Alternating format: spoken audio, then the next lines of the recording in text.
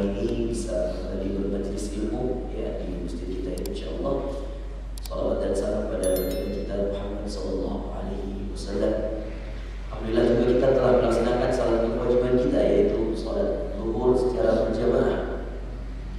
Dan maka pada kesempatan hari ini, sebagaimana janji kita pekan lalu ya, bahwa hari ini insyaallah kita akan bahas bagaimana ikhtiar menemukan posisi yang pas dalam kekhusyuan sholat ya. Yang mana pada pekan sebelumnya kita memberitahukan kepada Bapak dan Ibu sekalian apa-apa hal yang mendasar yang bisa membuat sholat itu batal, hal-hal yang mendasar yang membuat sholat itu tidak khusyuk ya. Kemarin ada beberapa hal yang kami jelaskan ya, termasuk paling pertama tentu bagaimana menyempurnakan wudhu ya, dan menyempurnakan menutup aurat ya. Mungkin yang pakai batik seperti ini pastikan batiknya agak panjang Pak. Kalau kemudian batiknya agak pendek pun ya, dipastikan pakai baju dalam yang posisi baju dalamnya itu masuk ke dalam celana ya. Karena kemarin sempat kita praktekkan pekan lalu bahwa pasti batal sholatnya, pasti batal, bukan sekedar kira-kira batal atau tidak Ustaz. Orang yang kemarin kita kasih tahu ya, bahwa kan orang kalau ruku seperti ini Pak, ini kan terangkat ya, perlu diarahin ini apa ya, kameranya. Jadi orang kan kalau seperti ini Pak, apalagi kalau dia pakai kemeja, kaos, itu kan terangkat Pak ini baju. Nah kemarin kita sampaikan bahwa kalau aurat terbuka maka fix sholatnya batal. Saya ulang, karena syarat sah sholat menutup aurat. Sedangkan aurat laki-laki, berarti kan Pak, ini aurat laki-laki dari pusar minas surrati ila rukbati kata Rasulullah, dari pusar perut sampai lutut. Nah ini yang banyak Masya Allah ya, sering saya temukan dan saya panggil Pak, karena saya tahu ilmunya. Biasa kalau saya sujud atau ruku Pak, di depan saya itu ketika dia ruku, kaosnya kan terangkat dan dia cuma pakai kaos. Akhirnya karena terangkat, di sini kelihatan, mohon maaf. Nah ini kan sudah masuk aurat Pak. Kenapa? Karena dia sudah dibawa pusar. Ya, ini yang paling sering. Itulah kenapa biasa ada rompi-rompi sholat yang agak segini, kurta-kurta gitu ya. Itu banyak dijual itu Pak. Kalau Anda mau aman boleh beli itu. Jadi kalau mau sholat takut batiknya terangkat. Nah kalau memang mau lebih aman ya pakai kaos dalam, dan kaos dalam itu dimasukkan ke dalam celana. Jadi kalau batiknya terangkat atau kemejanya terangkat, itu tidak akan membuka aurat.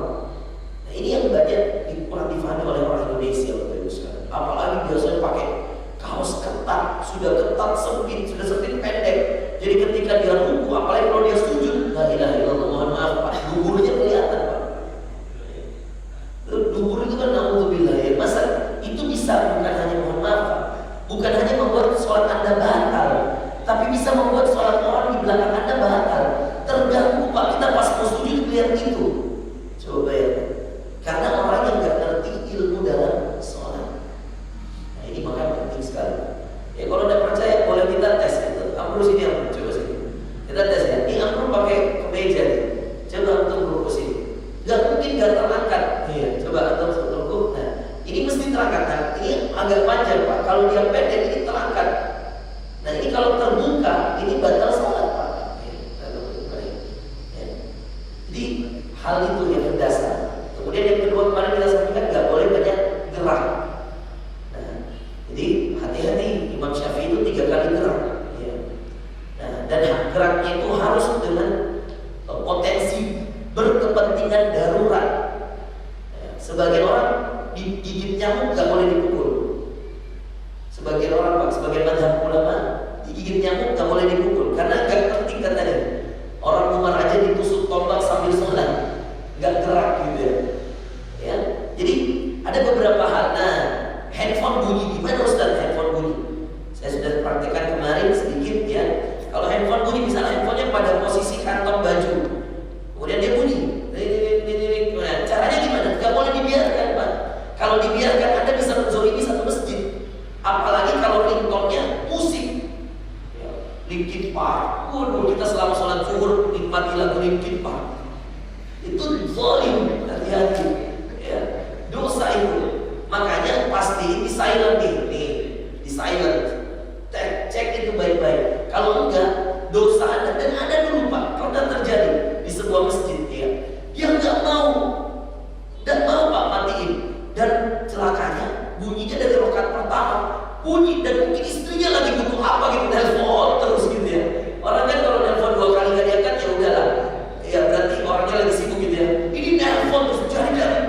awal sholat Pak sampai akhir sholat kita menikmati lagu Titanic.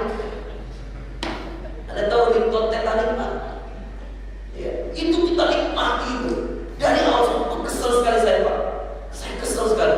Saya bilang siapa ini ya Allah? Gak tahu kaidah dalam fikih sholat. Itu kalau ada seperti itu Pak, ambil, matiin. Bahkan kalau dia posisinya sulit gitu ya, misalnya posisinya lagi di celana, gak apa-apa, ambil aja, ambil, ya, matiin. Atau kalau iPhone tinggal digigit misalnya, matiin masukin. Kalau yang lain misalnya digigit terus, gak apa-apa, ini bisa gerak, gak apa-apa. Ini yang perlu ini karena masuk pada fikih sholat, fikih sholat. Nah ini penting ya, harus dipahami. Sebelum kita masuk bagaimana cara khusyuk ini, sekarang saya akan bahas cara khusyuk sholat. Saya ingin review sedikit, mungkin ada yang datang pekan lalu, apa yang membatalkan sholat dulu. Jangan dulu mau khusyuk tapi yang membatalkan sholat tidak diperhatikan. Termasuk mohon maaf, yang membatalkan sholat adalah kalau anda tidak wudu. Ada orang sudah salam samping saya di Jakarta, Assalamualaikum warahmatullahi wabarakatuh, Assalamualaikum warahmatullahi wabarakatuh. Dan saya zikir-zikir kan, kemudian agak dia zikir, kemudian saya langsung berdiri Pak. Saya jamak di Jakarta kan saya sering jamak. Saya jamak Allah berdorokan. Selesai Assalamualaikum warahmatullahi wabarakatuh. Orang ini datang ke saya karena saya pakai pakaian gamis seperti Pak Ustaz. Boleh tanya enggak? Saya bilang boleh Pak, silakan. Buat tadi sholat tapi buat ragu udah wudu belum? Dia ini supir Gojek karena dia lagi pakai jaket Gojeknya. Saya bilang ragu Pak, ini coba Pak baik-baik, udah wudu atau belum? Nah itu dia Ustaz. Saya lihat tadi kayaknya udah wudu tapi kok kayak nggak terasa dia udah wudu gitu. Terus saya tanya, kira-kira yang paling dominan kalau ingat itu Pak berarti kayak ada, saya masuk tempat wudu, terus tempat wudu saya wudu. Ingat gak Pak? Atau jangan-jangan Bapak sudah wudu dari pagi tapi nggak batal-batal gitu misalkan. Wah kalau pagi enggak, sholat duha enggak tadi? Enggak, kan sholat duhur nih kejadian. Terus saya bilang begini Pak, kata Rasulullah, da'na yuribuka ila ma la yuribu. Tinggalkan yang meragukanmu kepada yang tidak meragukan. Jadi Pak mohon maaf, secara jujur hati Bapak sudah wudu atau belum? Perasaan saya Ustaz kayaknya belum. Ingat gak tempat wudhunya? Lupa Ustaz. Nah berarti udah ulang aja sholatnya. Karena enggak, pasti sholatnya enggak diterima. Kenapa enggak diterima? Karena syarat sahnya sholat toharoh. Apa itu toharoh? Bersuci. Bersuci itu harus wudu. Nah, jadi itu tadi jangan gerak banyak, kemudian bersuci, pastikan menutup aurat. Ya, inilah hal-hal yang sangat urgent dalam fikih sholat. Nah, sekarang kalau sudah dipenuhi itu Ustaz, apa yang harus saya lakukan sekarang? Setelah saya penuhi itu, nah, ikhtiar untuk sholat khusyuk. Bayangkan Pak, sholat khusyuk itu menjadi amalan paling pertama yang dianjurkan Nabi di antara semua amalan. Mau gak hidup bahagia? Ju'ilat qurratu 'aini fis shalah. Kata Rasulullah, dijadikan penyejuk hati hidupku, kebahagiaan hidupku, kesuksesan hidupku diawali dari salat. Kata Rasulullah, ju'ilat qurratu 'aini fis shalah. Dijadikan penyejuk hatiku itu ada pada khusyuknya salat.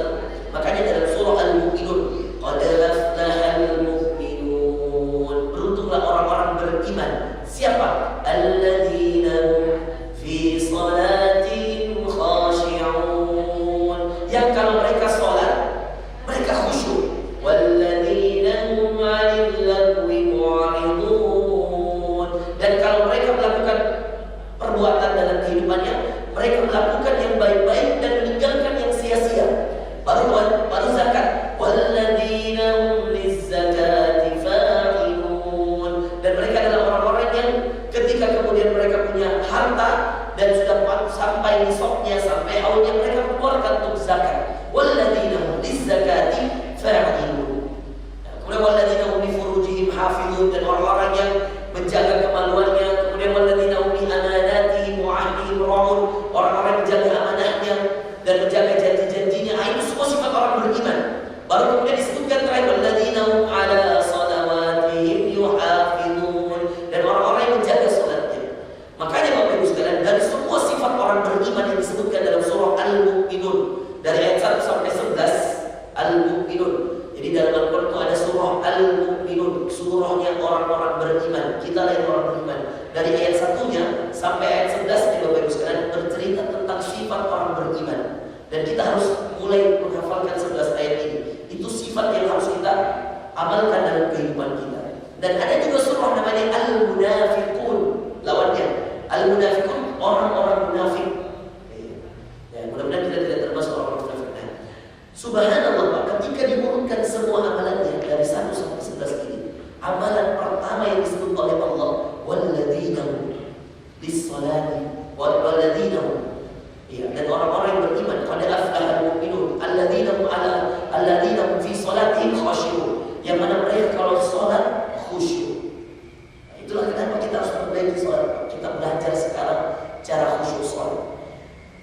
Pertama, nanti bisa dicatat ya, atau kalau mau nonton aja di YouTube kita kalau memang malas catat. Tapi boleh, kalau yang mau catat juga boleh. Amalan pertama untuk khusyuk salat Pak, namanya isbahul harakatis salat. Sempurnakan gerakan salat. Mohon maaf ya Pak, saya mulai dari takbiratul ihram. Takbiratul ihram yang sempurna Bapak Ibu sekalian cuma 2. Berarti kan juga di sini 2 yang dibenarkan. Yang pertama, Rasulullah pernah takbiratul ihram di daun telinga. Di sini, di daun telinga. Jadi caranya tangan harus menghadap kiblat. Gak boleh gini, ini masih banyak orang sholat. Allahu Akbar. Salah. Ini salah. Posisi gini salah ya. Ini amalan pertama untuk khusyuk sholat. Perbaiki gerakan sholatmu. Karena semua gerakan sholat itu ada tuntunannya. Gak boleh sembarang Pak. Gak boleh ngomongnya. Oke, perhatikan. Pertama, takbiratul ihram. Rasulullah SAW itu sholatnya takbiratul ihram 2 saja. Kalau tidak di daun telinga, di pundak. Yang pertama, Allahu Akbar 1. Yang kedua, Allahu Akbar 2. Hanya 2 saja. Takbiratul ihramnya harus. Dan begitu seterusnya. Kalau sami'alna, mau di sini boleh, di sini boleh. Paham ya? Daun telinga itu ini Pak, ini daun telinga ini. Di sini diambil, tapi gak harus sentuh. Jadi selurusan aja gini. Allah, atau Allah ini sepundak menghadap kiblat. Oke? Dan begitu seterusnya. Kecuali duduk di antara sujud ke atas, itu gak ada lagi takbir. Sujud juga mau bangun gak pakai takbir lagi. Tapi yang lain rukuk takbir, tidak takbir ya, diperhatikan itu. Yang kedua Bapak Ibu sekalian, intijah. Ya, intijah ini paling penting juga. Orang Pak, mohon maaf ya, ini saya memperbaiki Pak ya, kalau ada yang salah ya kita perbaiki. Ya, inilah tugas saya belajar jauh-jauh Pak. Ya, jauh-jauh saya S1 sampai S3 ke Sudan. Kalau saya nggak ngajar ini saya zalim. Saya tidak menyalahkan. Yang merasa gak apa-apa Pak, diperbaiki. Namanya orang belajar, ya kan? Mohon maaf Pak, di antara yang salah nunduk kayak gini dalam sholat, ini salah Pak. Ini gak boleh kayak gini. Yang benar Pak, pandangan wajah itu ke Ka'bah, pandangannya ke tempat sujud.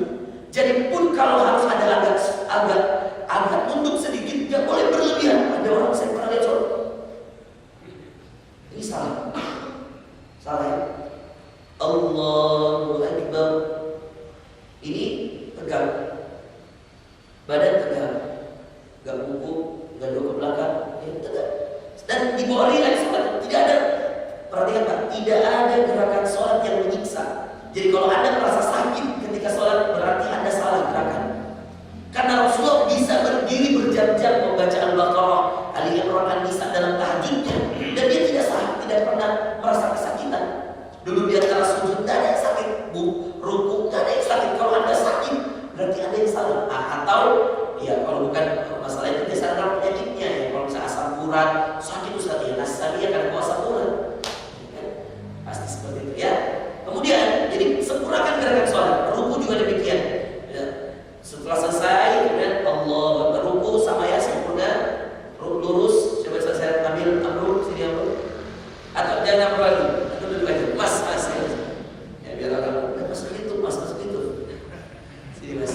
Gini Mas. Saya perbaiki ya sedikit ya Mas ya. Oke Mas, ya sedikit. Ya coba ruku Mas. Nah, ruku yang benar, ininya rata ya. Nah, ini pandangan angkat sedikit Mas. Nah, ke sini. Nah, ini rata Mas.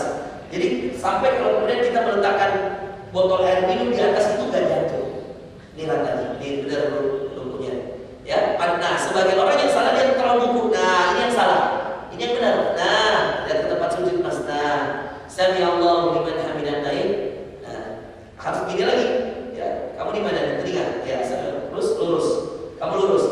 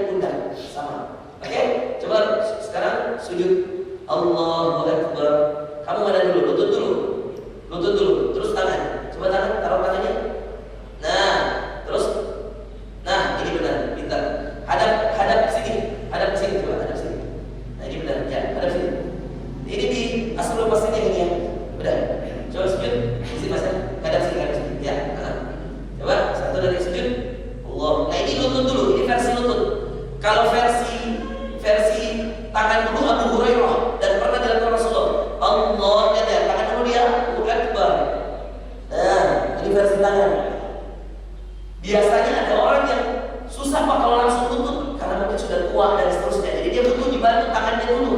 Nah, boleh. Ya. Oke, sekarang sujud, posisi sujud di sini. Nah, ya sujud. Masya Allah. Inilah kata Rasulullah dalam hadis, ada 7 yang harus bersentuhan dengan tempat sujud. Satu ini jidat dan hidung, sebagian hidung. Nah, ini udah kena bagus. Kemudian 2 telapak tangan, satu kanan kiri, itu harus sentuh tanah. Kemudian lutut kanan kiri. Jadi 1, 2, 3, 4, 5. Kemudian ini 6, 7. Oke? Dan yang salah isinya, kalau ini benar nih, ini benar, ini sesuai sunnah. Yang salah Pak, orang Indonesia banyak begini. Nah, mengaku ki. Siapa masih buka kalau sujud? Mengaku kita. Ini masih banyak Pak. Jadi kalau dia buka ini bahayanya banyak Pak. Iya. Pertama, ini tidak sunnah. Iya, sudah Mas. Nah, kemudian yang kedua, kalau itu dibuka Pak, na'udzubillah ini ya. Iya, bahaya kelihatan. Pakai sarung Pak. Itu bahaya juga, itu aurat, mohon maaf. Kalau dia pakai sarung kan aurat tembus Pak. Iya.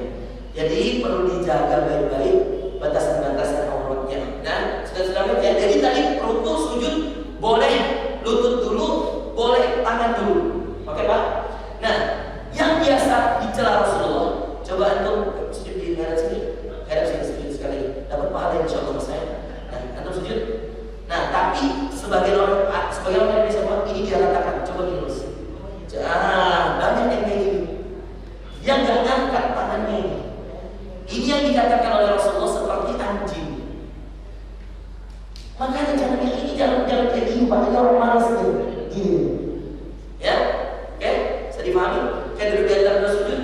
Nah, ini benar. Oke, ini benar. Coba ada di sana Mas. Allahu Akbar. Benar-benar kalau sujud Mas. Supaya kaki posisi kakinya dilihat. Nah, ini benar. Yang satu diduduki, yang satu ditekuk. Nah, oke? Siap ya? Kemudian sujud sudah, berdiri sudah, tasyahud. Tasyahud awal kayak gini, tasyahud akhir. Tawarruk ya. Duduk tasyahud akhir coba. Yang duduk di atas ya, ini tasyahud akhir. Nah, tapi tasyahud akhir boleh juga pakai duduk tasyahud awal, boleh juga.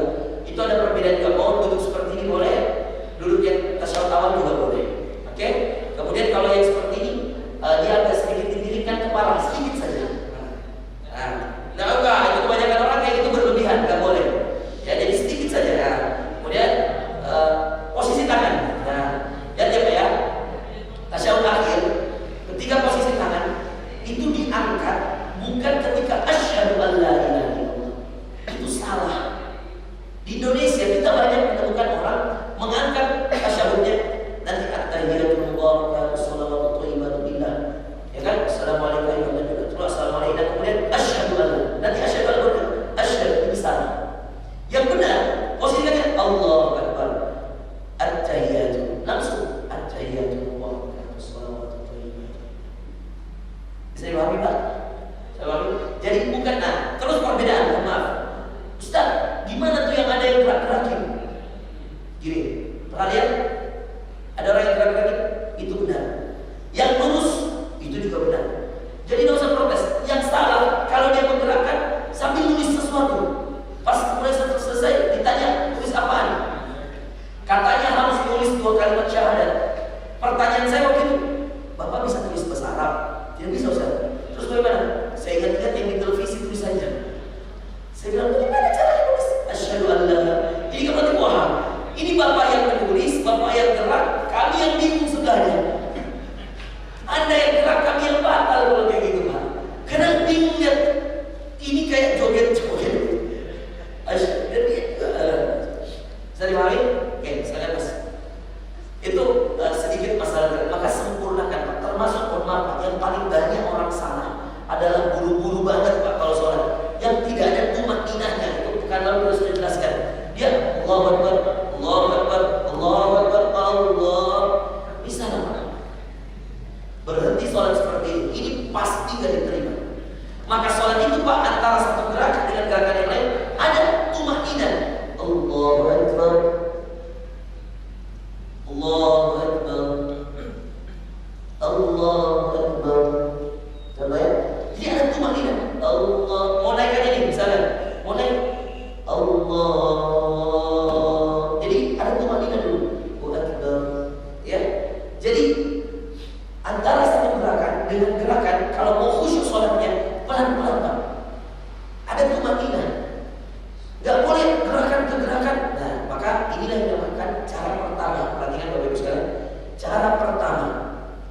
bisa khusyuk sholat, ketahui gerakan sholat, perbaiki baik-baik, pelajari. Sudah benar kan? Tadi yang sujud masih buka kakinya, mohon maaf Pak, tutup. Ya, yang takbirnya masih sering kayak hormat begini, ganti hadap kiblat. Ya, harus belajar cara sholat benar. Itu bantu banget untuk khusyuk. Yang kedua Pak, isbal wudu. Setelah gerakan sholat, yang paling pertama juga termasuk yang awal-awal, yang kedua ini yang harus Anda perhatikan adalah sempurnakan wudu Pak. Saya mohon maaf Pak, saya harus katakan secara jujur, di kita orang Indonesia yang wudunya benar itu sedikit sekali. Rata-rata kalau wudu banyak yang salah, mulai dari salah pemakaian air, salah ketika menggosok anggota tubuh yang harus dibasuh ketika wudu, macam-macam. Ya. Ada juga orang yang dia yang wudu, kita yang basah. Gimana ceritanya Pak? Dia yang wudu, kita yang basah. Bayangin kan, ini anak muda pernah saya tegur nih. Dia buka keran, full, dan dia wudu, cepat buru-buru. Saya di samping, saya langsung pas di sini saya menghindar. Saya bilang, saya bilang, kamu wudu kan yang basah. Saya bilang, saya mati. Gini lihat, kamu lihat saya putar sedikit sekali. Saya lihat ini dengan air yang sekecil segini kita sudah bisa. Dan ini menghindarkan kita dari mubazir air. Rasulullah melarang itu Pak, la tusrif fil ma. Tidak boleh buang-buang air Pak, jadi pelan-pelan. Bahkan kalau memang bisa dibuka, basuh, ambil, matiin, digosok dulu baik-baik, buka lagi, tidak apa-apa. Daripada dibuka terus. Ada juga pernah kejadian Pak, Masya Allah, memang di negeri 62 ini banyak kejadian aneh-aneh Pak. Dia buka air Pak, dan dia masih menelpon. Iya nanti iya. Dan air jalan. Dia korenya, saya datang Pak, saya bilang, saya matiin. Terus dia lihat saya begini, saya bilang Pak, selesai baru buka air. Kalau Anda belum mau wudu, mundur dulu Pak, ada orang mau wudu. Dia telepon, dia buka air kencang. Ya iya.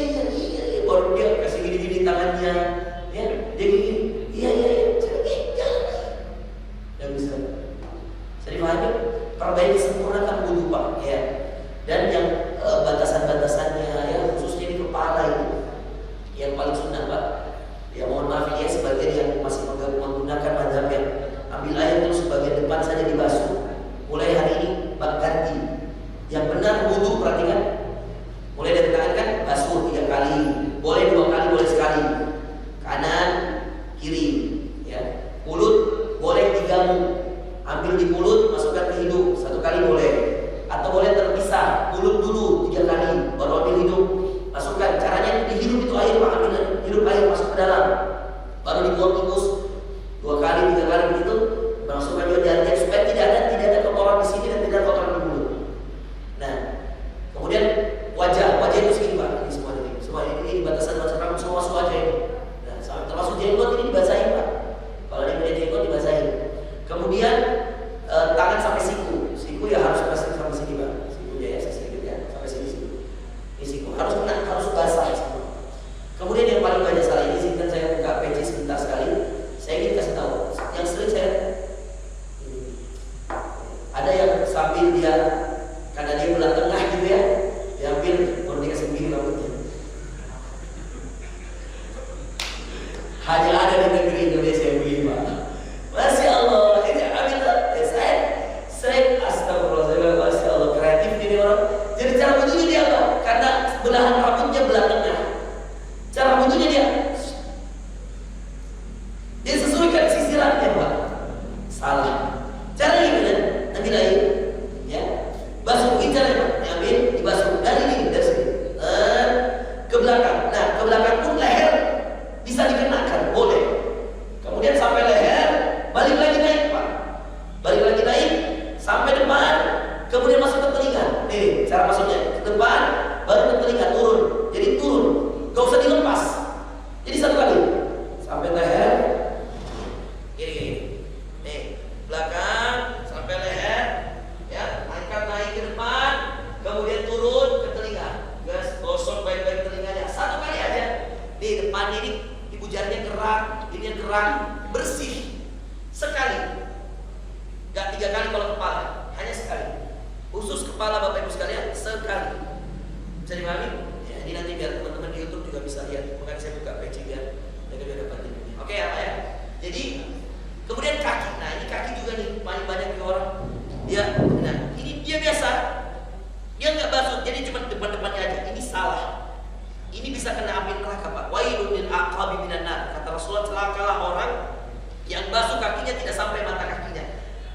khawatirnya Abu Hurairah, Pak, bayangkan. Abu Hurairah itu kalau cuci kaki, dia bukan sampai mata kaki, sampai betis dia cuci. Ini dia cuci semua.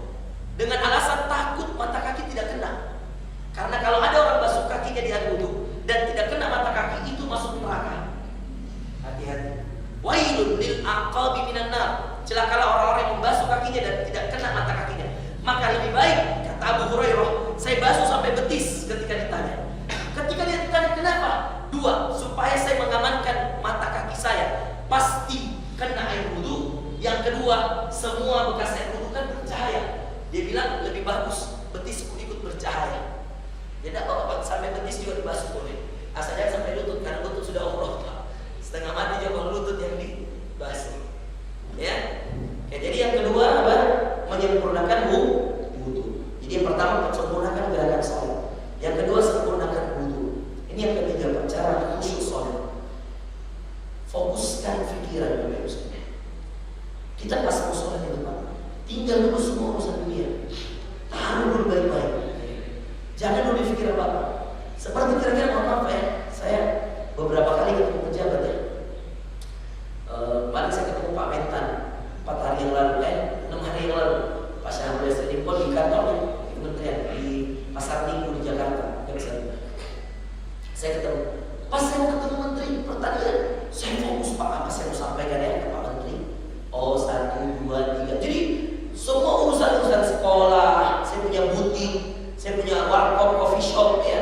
Saya ada baitul malnya, ada penggalangan dana zakatnya.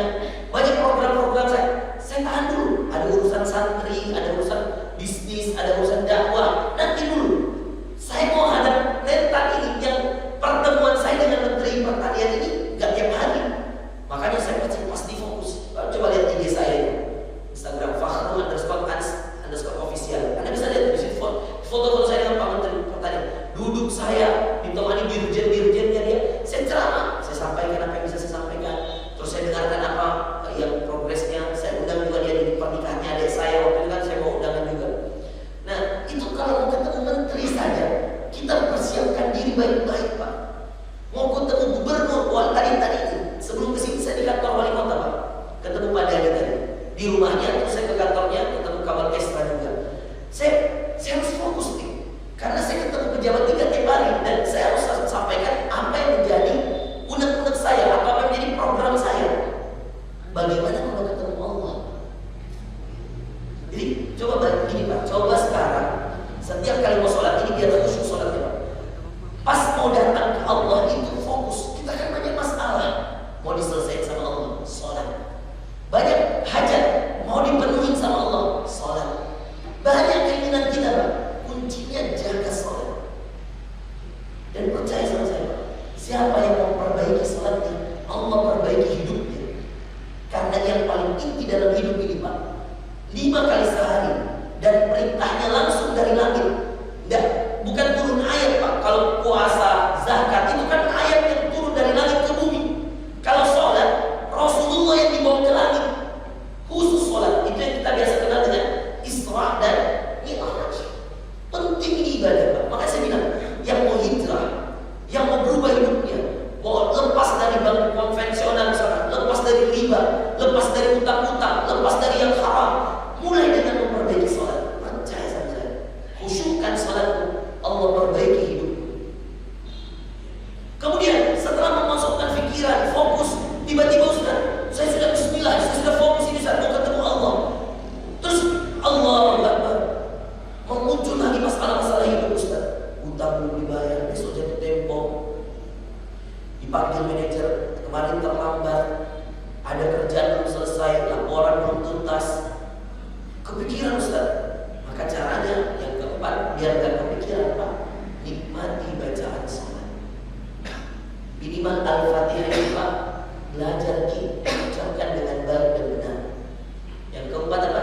Nikmati bacaan sholat. Anda harus bisa baca Al-Fatihah. Coba Pak, orang yang bisa baca Al-Quran, coba dengerin aja di Al-Fatihah. Alhamdulillahi Rabbil Alamin. Anda gak ngerti bahasa Arab, tapi coba nikmati Al-Fatihah saya. Ar-Rahmanir Rahim, Maliki Yawmiddin,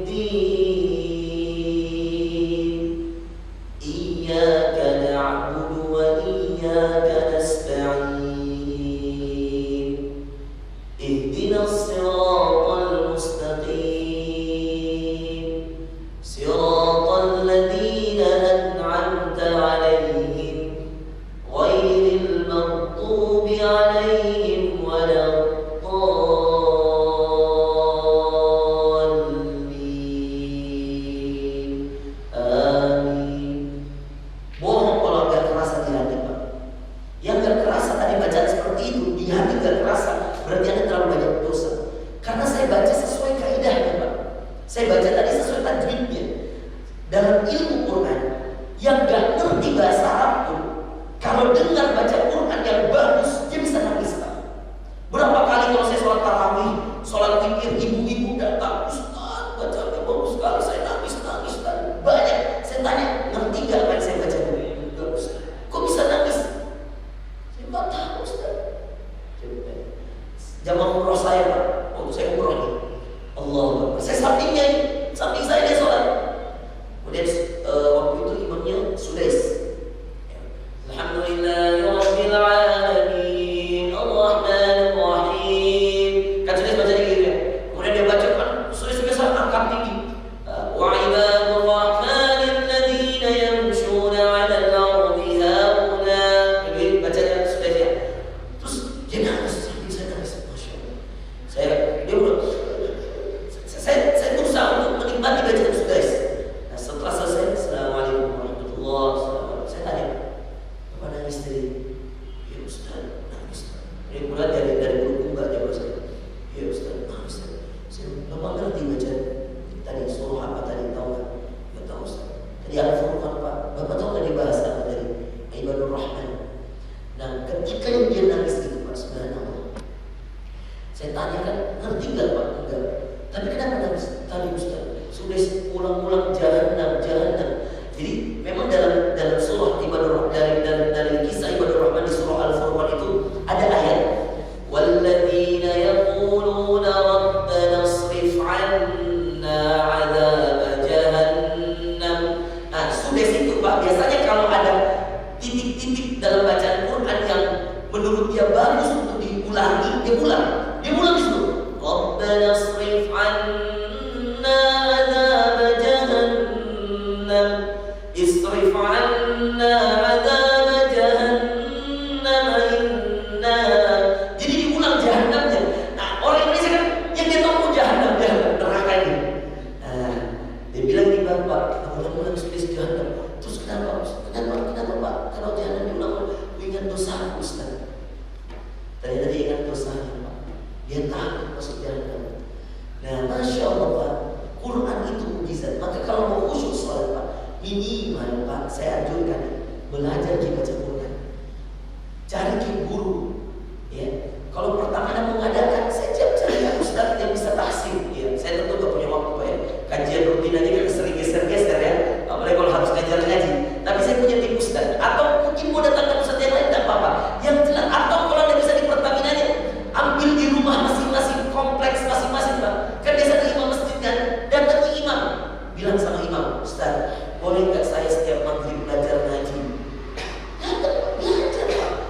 Besok itu yang dibawa mati Pak, jam tangan dilepas, mobil nggak dibawa ke kubur, baju nggak dibawa ke kubur, yang dibawa mati apa Bapak Ustaz? Sholat Anda. Dan apa yang kata Rasulullah dalam kuburan? Awwal ma yuhasabul 'abdu yawmal qiyamah as-shalah, fa in shalat shalaha amalun kullu. Yang pertama dihisab di kuburan, ditanya di kuburan sholat. Kalau baik sholatnya, baik semua amalannya. Kalau buruk sholatnya, buruk semua amalannya. Coba bayangkan. Makanya kita latih diri untuk khusyuk sholat. Makanya coba Bapak Ibu sekalian, saya ajarkan latihan belajar baca Quran yang baik.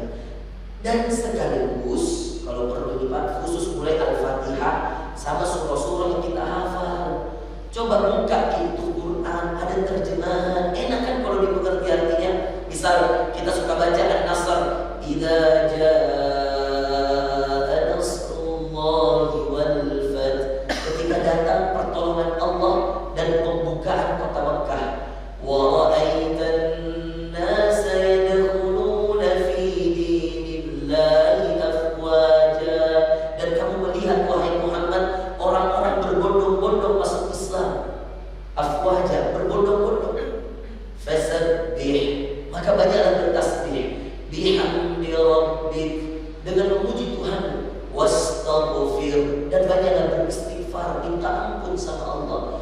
Innahu kana tawwaba, sungguh Allah itu Maha menerima taubat. Kan enak kalau dimengerti Pak. Ihdinas siratal mustaqim, ya Allah tunjuki aku jalan yang lurus. Siratal ladzina an'amta 'alaihim, jalan orang-orang yang beri nikmat di dalamnya. Ghairil maghdubi 'alaihim, bukan jalan orang-orang yang engkau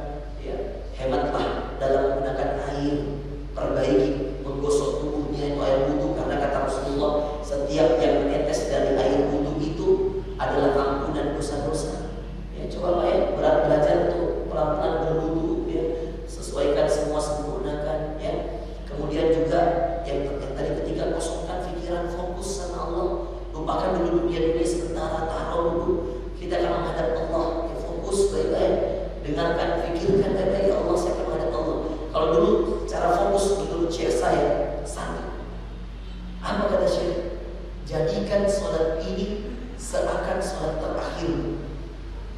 Jadi anggap bahwa assalamualaikum warahmatullah, assalamualaikum warahmatullah, mati, begitu kira-kira. Makanya dulu Rasulullah pernah mengingatkan sahabat ketika dia mau merapikan shaf, kata Rasulullah, istawu wa'tadilu wa sallu salatal muwaddi' la salata ba'da. Kata Rasulullah, luruskan, rapatkan shaf dan salatlah seperti salatnya orang yang sudah mau mati. Tidak ada lagi salat setelah ini. Jadi itu diantara cara Pak mengkhusyukkan diri dalam salat. Pastikan kita apa tadi? Pastikan kita betul-betul dalam keadaan apa? Dalam keadaan kita ini salat terakhir saya. Kemudian sempurnakan bacaan salat. Termasuk ya kalau bisa belajar tajwid, tahsin, mulai cari ustaz Pak. Kemudian juga tadi mulai membaca makna-makna Al-Fatihah, surah-surah yang dihafal. Kemudian yang terakhir, yang kelima, ini juga sangat penting dalam sholat. Dan ini Masya Allah menjadi bagian yang juga bisa mengantarkan kita pada khusyuknya kita sholat. Bacaan-bacaan di setiap gerakan sholat itu harus dihafal dengan benar dan harus dipahami maknanya. Dan ini yang kemudian biasa orang tidak tahu. Apa bacaan ruku? Apa bacaan sujud? Apa bacaan sami Allahu liman hamidah? Itu harus dihafal. Sami Allahu liman hamidah. Kalau imam mengatakan sami Allahu liman hamidah, maka makmum Pak enggak usah mengucapkan sami Allahu liman hamidah. Ya, orang Indonesia Pak, masih banyak yang salah di sini. Misal saya imam, saya mengatakan sami Allahu liman hamidah, ya kan? Kemudian makmum ikut juga sami Allah, ini salah. Kalau kita berjamaah, perhatikan sini. Berjamaah yang punya tugas mengucapkan sami Allah liman hamidah itu imam. Maka makmum apa dia bilang Ustaz? Kalau imam sami Allah liman hamidah, dan makmum ngapain Ustaz? Rabbana walakal hamd. Rabbana walakal hamd. Apa? Rabbana walakal hamd. Ada dua ucapan makmum yang kalau bertepatan dengan malaikat, maka itu akan menjadi ampunan dosa-dosa dan menambah pahala. Satu, amin setelah Al-Fatihah. Dua, kalimat Rabbana walakal hamd setelah ruku. Jadi imam ghairil maghdubi alaihim waladdallin. Makmum gak usah ulang lagi Al-Fatihah. Dia sampai lupa baca amin. Padahal siapa yang membaca amin setelah imam waladdallin, maka ketika berpapasan aminnya dia dengan aminnya malaikat yang ikut sholat, maka itu akan menjadi pengampun bagi dosa-dosanya, menambah pahalanya. Jadi itu tugas kita. Amin. Baru di situ. Yang kemarin siapa yang bertanya pekan lalu wajib baca Al-Fatihah itu? Kita lihat. Baru setelah itu yang kemarin saya sempat bilang, baru setelah itu kalau yang madhabnya ya merasa dia masih wajib baca Al-Fatihah, katanya sebagai Imam Syafi'i seperti itu, maka setelah amin baru dia baca dalam hati. Jadi imam sudah masuk ke surah yang lain. Tabbat yada amin. Nah, dia selesaikan.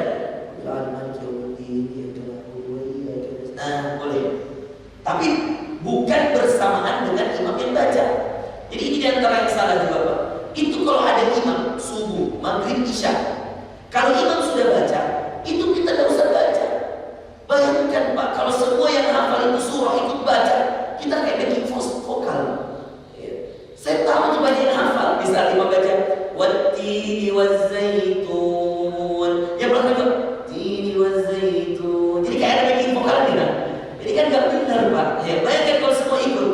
Ya, qul ya ayyuhal kafirun. Maka qul ya ayyuhal kafirun.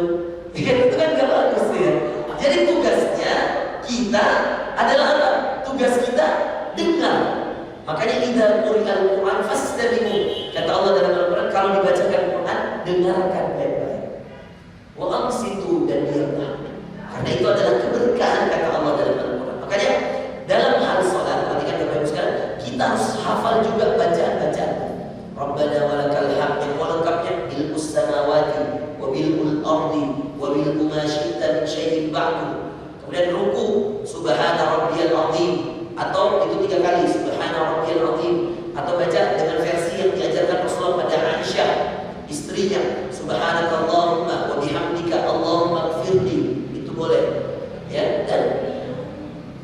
bacaan yang lain, duduk di antara sujud, duduk di antara dua sujud, tasyahud, itu semua harus dihafalkan. Dan kalau bisa Pak, baca maknanya, ya, supaya kita mengerti. Allahumma ba'id baini wa baina khataaya. Siapa yang pakai itu Al-Fatihah, iftitahnya boleh. Yang pakai iftitah Allahu akbar kabira, walhamdulillahi katsira, boleh. Yang pakai iftitah subhanakallahumma bihamdika wa tabaraka ismuka wa ta'ala jadduka wa la ilaha ghairuka, boleh. Yang jelas ada semua sunnahnya. Silakan dipilih bacaan mana yang diinginkan dan pastikan hafalan kita benar. Saya kira itu Bapak Ibu sekalian, mudah-mudahan Allah yang bisa saya sampaikan. Saya pekan depan ke Jakarta Pak. Besok saya berangkat. Jadi kalau misalkan Rabu saya belum pulang, ya mungkin kita bisa pindah ke Kamis ya Mas ya. Nanti saya berkabar sama Pak Rusdi atau Pak, nanti pokoknya pekan depan nanti coba saya cari jadwal yang mudah-mudahan tidak bertabrakan dengan jadwal kajian kita. Kalau memang pada Allah saya belum pulang dari Jakarta, ya nanti kita kasih tahu apakah Kamis bisa diisi. Nanti kita kasih tahu lah insyaallah. Demikian ya Bapak Ibu sekalian, jazakumullah khairan. Semoga bermanfaat. Ada yang mau bertanya?